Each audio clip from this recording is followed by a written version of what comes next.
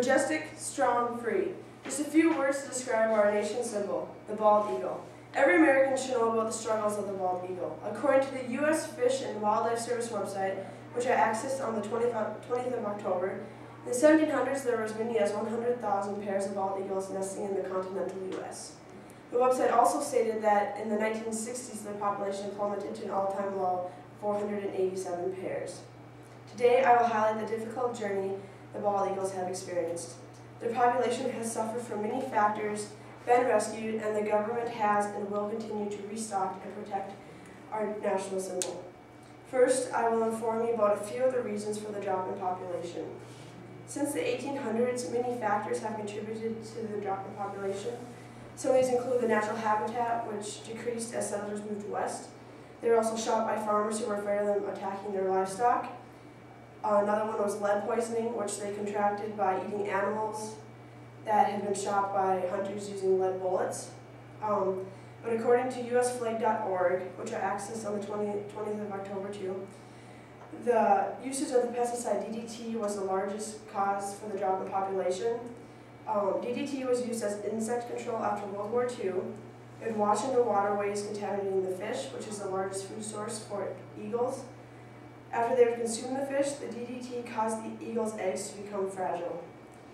Not being able to reproduce properly, the population dropped to an all-time low of 487. Now I will explain how the American people saved their national symbol, the bald eagle. The process of rescuing the bald eagle stretched out over many years. The first step was to raise awareness. In the 1940s, the government realized that the bird species was threatened, so they passed the Bald Eagle Protection Act. This banned the harassing, killing, possessing, and selling of a bald eagle, but even with this protection, the population continued to decline. In 1962, Rachel Carson wrote a book outlining the dangers of DDT. In her book, Silent Spring, she stated, "Eagles have almost certainly been storing up the DDT in the tissues of their bodies. They are less and less able to produce young and preserve the continuity of their race." This caught the attention of everyday Americans and the American government, which banned DDT in 1972. The second step was to list them as endangered. A species is considered endangered when they are threatened with extinction.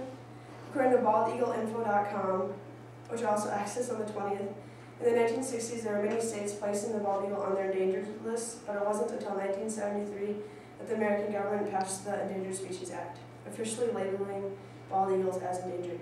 Although no longer affected by DDT and protected under the Endangered Species Act, the bald eagle population still needed help to increase its numbers. The government restocked and committed itself to protecting the bald eagle.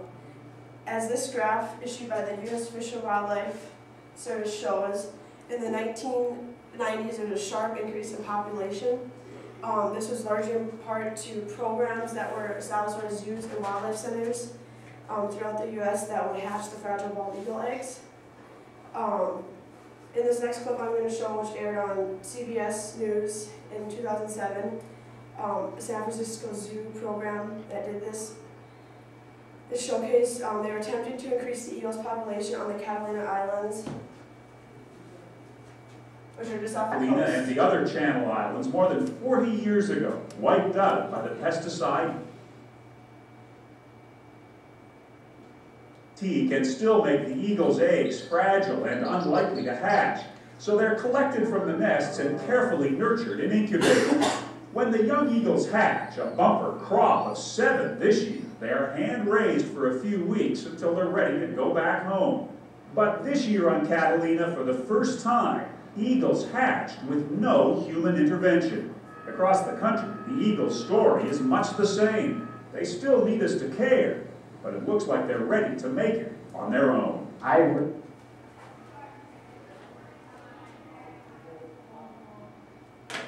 Alright, in that clip that you just saw, since then the zoo program has shut down because the eagles no longer need their help, as the reporter was referencing to. With all the extra help, the population has rebounded to 10,000 pairs, allowing the government to remove the bird from the endangered species list on June 28, 2007. Even though the bird is off the list, they are still protected by 2 laws, the the Bald and Golden Eagle Protection Act, and the Migratory Bird Treaty Act. So it's still illegal to kill, harass, sell, or possess a bald eagle. I will now summarize the plight of the bald eagle. I told you about the journey that bald eagles have taken, and also discussed many reasons why the population has dropped, how it was saved by the American government, and that they will continue to be defended. To finish, I will read a few lines from the poem The Bald Eagle by Don R. Wilkins. My place in nature is secure and viewed now with respect, a symbol for the strong and free. I fly with no regret.